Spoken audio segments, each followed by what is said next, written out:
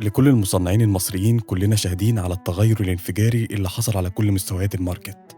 عشان كده أنا بقولك كمصنع مصري، ده مش وقت زيادة وتنويع المنتجات لتضخيم المبيعات، ده وقت الارتقاء بالجودة والمواصفات عشان تزرع وعي جديد لجودة المنتج المصري ومواصفاته.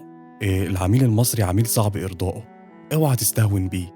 استمر شراءه للمنتجات اللي هو متعود عليها بعد التعويم والتضخم وارتفاع الأسعار اللي وصل في بعض المنتجات ل 100% زيادة. وفي نفس الوقت العميل المصري والعربي فاقد للثقة في كلمة ميد إن إيجيبت. احنا دلوقتي بنحاول نبني اللي تهدف الصناعات المصرية، ولازم تفهم مش معنى انك هتقدم كواليتي وتحط على المنتج علم مصر ده اللي هيخليه يتباع. بالعكس، انت بالطريقة دي بتخسر مستقبل تواجدك في السوق المحلي. انت كمصنع عندك فرصة ذهبية مش هتجيلك تاني. اشتغل على نفسك وطور منتجك وخليك منتج ينافس العالم.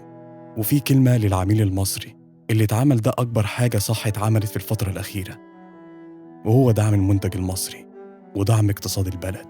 عشان لو فضلت سنة كاملة ما بتشتريش غير المنتج المصري، المصانع هتشتغل أكتر، التوظيف هيزيد، الصناعة هتكبر، المنافسة هتزيد، الجودة هتعلى، ونبدأ نصدر منتجاتنا للعالم كله.